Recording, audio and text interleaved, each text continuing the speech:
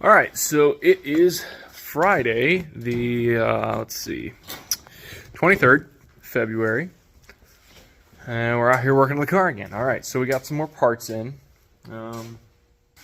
Yeah, finally got, I think, all the fittings we need. So I actually already made up a brake line. Forgot to film. I got these adapters here for the actual line lock solenoid itself. We got the correct fittings on the end of our brake line. Our adapters are going to go right here and here. Got the correct fitting down there, and then we've got some adapters to go from here into here. This is going to be the hardest part. I might have to make a new one of these. That's a little bit longer. I have enough brake line left that I can do that if I need to, so we're going to do this part first, get this attached, and then see if we can't make our adapters work to get this in here without making a new brake line, because that'd be fantastic. But if not, we can figure out that too. So I'm going to go ahead and set up the camera. Get some thread tape on these guys, and then tighten these things all up. Not going to be able to test for any leaks tonight, I don't think. I'd need an extra hand for that, but when we wire it, I might wire it up tonight and we can see if it works or not. So yeah, we're going to get started on that. Here we go.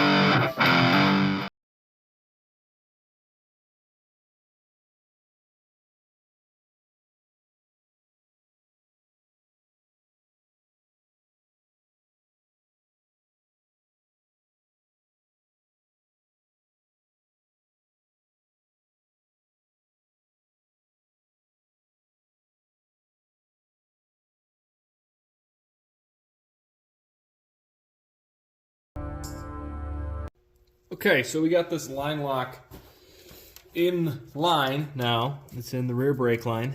We don't have it bolted down yet, but I figured we'd just test it real quick to make sure it was working. So these aren't long enough to reach my battery, and that's all I'm going to touch it to.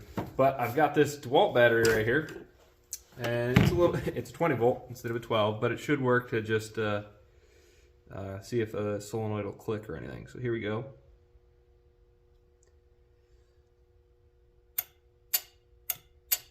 Okay, it's working. Awesome.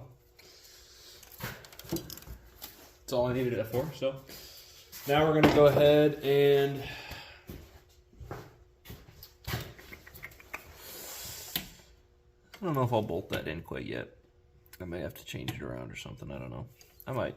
But anyway, now I get to work on getting this guy into here. So not sure exactly how that's going to go, but we're going to give it a shot. Here we go.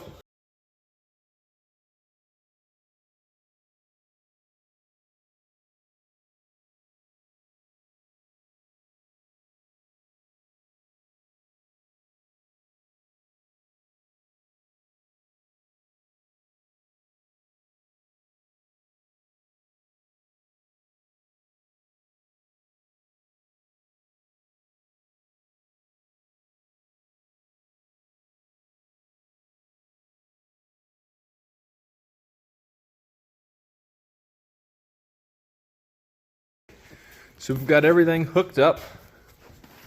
All our lines are tight on here. Got to fill this thing with brake fluid yet. I ran out of what I had, and I'm going to need a foot to help me bleed out the brakes, because obviously there's going to be a lot of air from changing the master cylinder. So you're going to have to do a 4-corner bleed, starting in the back and then doing the fronts. I can probably go ahead and attach this here.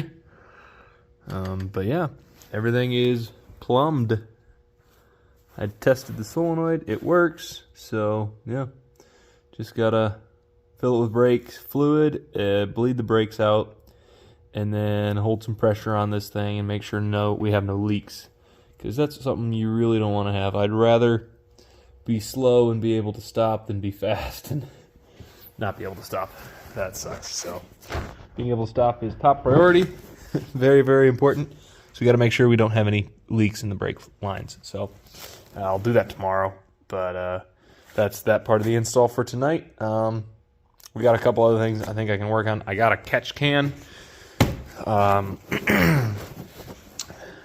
So because I'm going to be putting more ring gap in the file fit rings than stock, so that I could run boost in this motor or nitrous, it'll allow more engine compression to pass by the rings and go into the crankcase. They call that blow-by. So obviously that has to come out somewhere.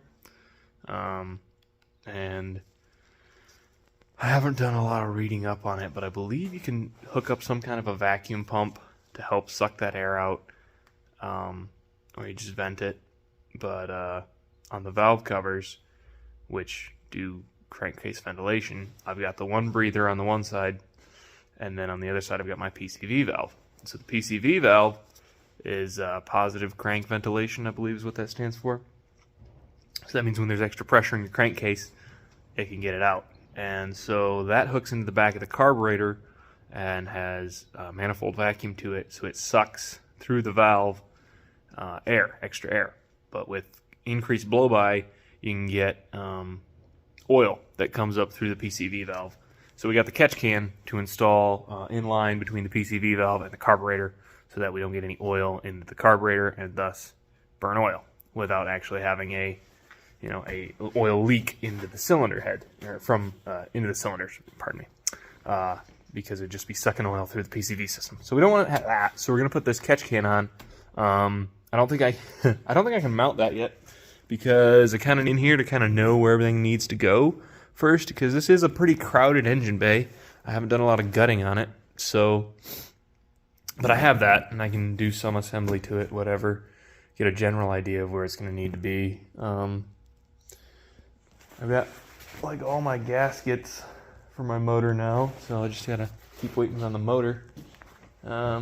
This was honestly one of the biggest things I have left to do, and then I have to wire it, so I can work on both of those things, maybe doing the catch can and maybe doing some wiring. And if I'm doing wiring, then I might as well do the backup lights, because I don't have reverse lights still. So yeah, maybe we'll work on that. I'm not quite sure. I'm gonna take a few minutes to clean up a little bit, organize, and figure out what I'm gonna do next, but we will continue with this video.